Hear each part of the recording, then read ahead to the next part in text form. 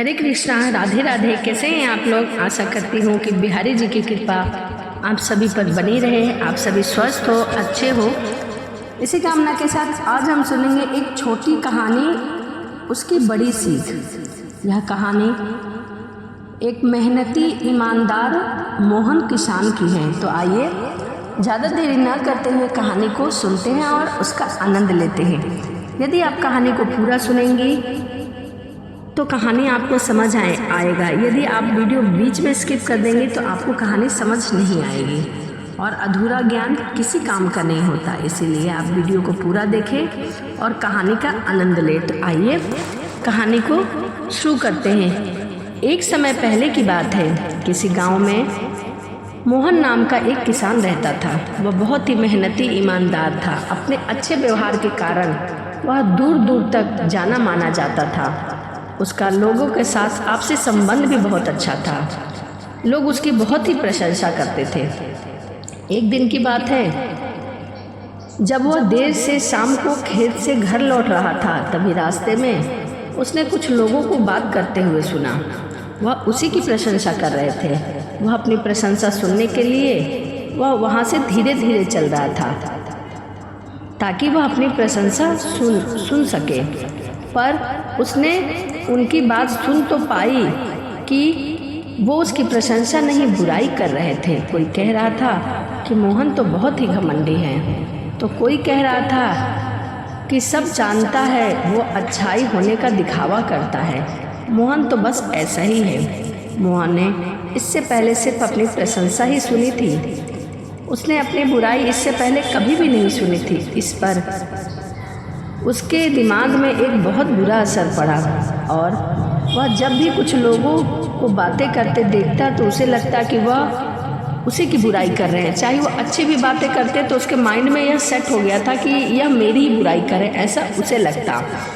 वह गलत फहमी का शिकार हो गया था। यहाँ तक कि अगर कोई उसकी तारीफ भी करता तो उसे मजाक ही लगता। धीरे धीरे समय बीतता गया। सभी ये महसूस करने लगे कि मोहन बदल रहा है, और उसकी पत्नी भी अपने पति के व्यवहार के बदलाव से बहुत ही दुखी रहा करती थी।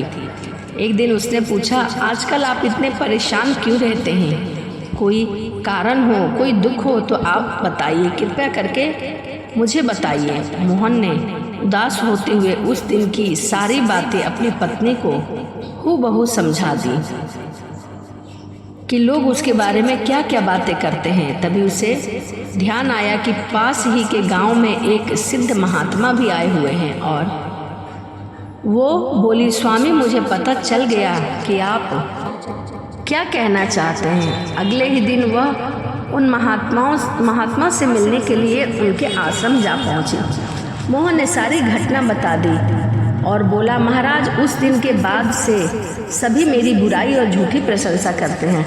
कृपया मुझे बताइए कि मैं वापस अपनी साख कैसे बना सकता हूँ। तभी महात्मा मुस्कुराते हुए मोहन की समस्या समझ चुके थे। पुत्र, तुम अपनी पत्नी को घर छोड़ाओ और आज रात मेरे शिविर में ठहरो। महात्मा कुछ सोचते हुए बोले। मोहन ने ऐसा ही किया। घर गया और अपनी पत्नी को घर पर छोड़कर आया। जब रात में सोने का समय हुआ तो अचानक ही मेढकों ने टर टर करना शुरू कर दिया। उसकी आवाज़ आने लगी। मोहन बोला, ये क्या महाराज, यहाँ इतना कोलाहल क्यों है, और इतने कोलाहल में आप कैसे सोते हैं?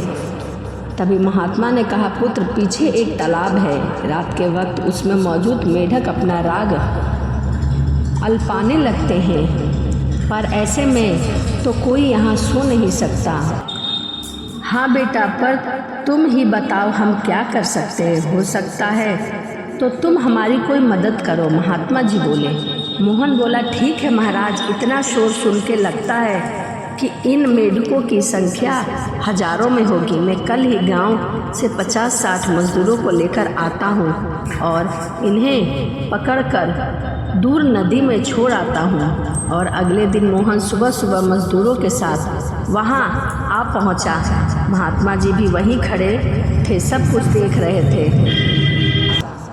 तालाब बहुत ज़्यादा बड़ा था। 8-10 मजदूरों ने चारों ओर से जाल डाला और मेढकों उसको पकड़ने लगे। थोड़ी देर में ही मेहनत से सारे मेढक पकड़ लिए गए। जब मोहन ने देखा कि कुल मिलाकर 50-60 ही मेढक पकड़े गए हैं, तब उसने महात्मा जी से पूछा, महाराज, कल रात तो इतने हजारों मेढक थे, भला आज वे सब कहाँ चले गए? यहाँ तो बस मुट्ठी भर मेढक ही बचे हैं। महात्मा जी गंभीर होते हुए बोले, कोई मेढक कहीं नहीं गया। तुमने कल इन्हीं मेढकों की आवाज़ सुनी थी। ये मुट्ठी भर मेढक ही इतना शोर कर रहे थे। तुम्हें लगा कि हजारों मेढक टर टर कर रहे हैं। पुत्र, इसी प्रकार जब तुमने कुछ लोगों को अपनी बुराई करते हुए सुना तो तुम भी यही गलती कर बैठे। तुम्हें लगा कि हर कोई तुम्हारी ही बुराई कर रहा है। यदि वह तुम्हारी अच्छाई भी बताता और तुम्हारी तारीफ भी करता तो तुम्हें यही लगता कि वह तुम्हारी बुराई करने वाले लोग हैं।